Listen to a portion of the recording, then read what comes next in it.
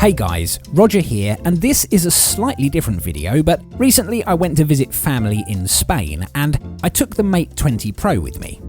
Now I know that Huawei have a few things they need to sort out right now with Google, but I'm basing my opinion on the device itself and the software it's currently running. So, I used the Mate 20 Pro for my entire trip, and a few weeks after that too.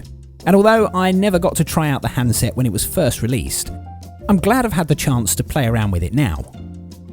I am rather fond of this particular colour and the design of the phone. To me it feels comfortable to hold thanks to the slim edges, and it feels solid in the hand as well, which I like. Believe it or not, the first Huawei handset I've used is this one, and I am impressed, but it's not perfect by any means. You see, small things can sometimes drive me crazy, such as the fingerprint sensor. It works well, but it's so far up the screen, it's tricky to get your thumb in the right place if you're holding the phone with one hand. It's not the end of the world, it's just a little bit annoying.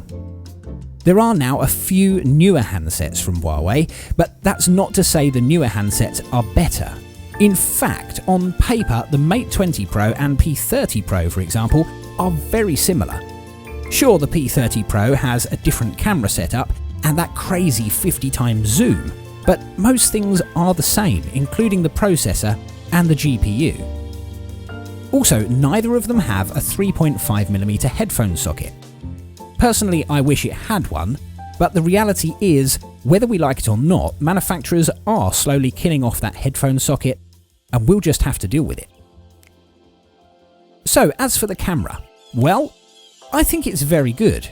Somehow I ended up wearing the worst hat I could find in Spain, but putting my very fashionable hat aside for just a moment, the front-facing camera can shoot up to 1080p at 30 frames per second, and I will say that the exposure does seem to jump around a bit in bright conditions, but the electronic image stabilization works well, and the colours do seem vibrant, which can also be said for the main rear camera. And again, the stabilization here seems pretty good. Where things really started to get interesting, well, for me, was when I started taking photos. Now for my sample shots, I disabled the camera's AI feature, and then I used auto mode, and I do think these images look good. The exposure here is good, and I like the results using Huawei's vivid setting in the camera app. The image on the left was taken using the standard setting, whereas on the right, I used the vivid setting, and I think the colours look a lot better. In fact, I've used that vivid setting for most of the images I've taken with this phone. I also decided to try using night mode during the daytime, and the results were quite impressive.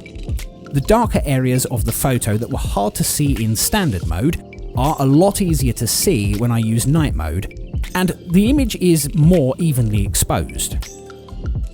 I did of course use night mode at night, the way it should be used, and you can see that compared with the image on the left, there is much less noise and better shadows and highlights, which do make the photo much nicer to look at.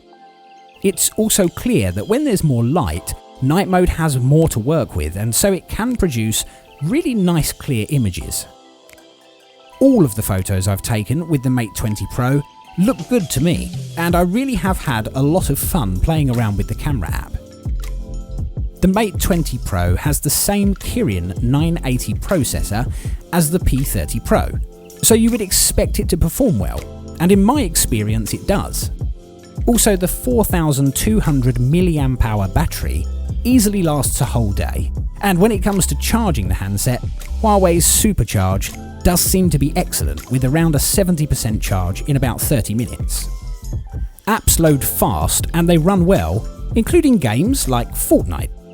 I will say that I do game on PC quite a bit, and I only play Fortnite on a handset like this when I'm out and about. I deliberately spent time though gaming with this handset, and the graphics look awesome on that display, which has a higher resolution than the newer P30 Pro. Also, this is the first time I've had Huawei's EMUI, and I actually like it quite a lot. Based on my time with the phone, I think the Mate 20 Pro stands up well against some of Huawei's latest flagship models. And right now, especially in the UK, the price of this handset has been lowered quite a lot. And so, with all of that said, I do think it's still worth buying. As always, I'll leave links in the description below to a few places where you can pick up this handset. I hope you enjoyed the video, guys, and thanks for sticking with me until the end. If you enjoyed the video or found it useful, please hit that like button, and if you haven't already, please consider subscribing so that you don't miss my next video. I'm Roger with Life of Tech. See you in the next one.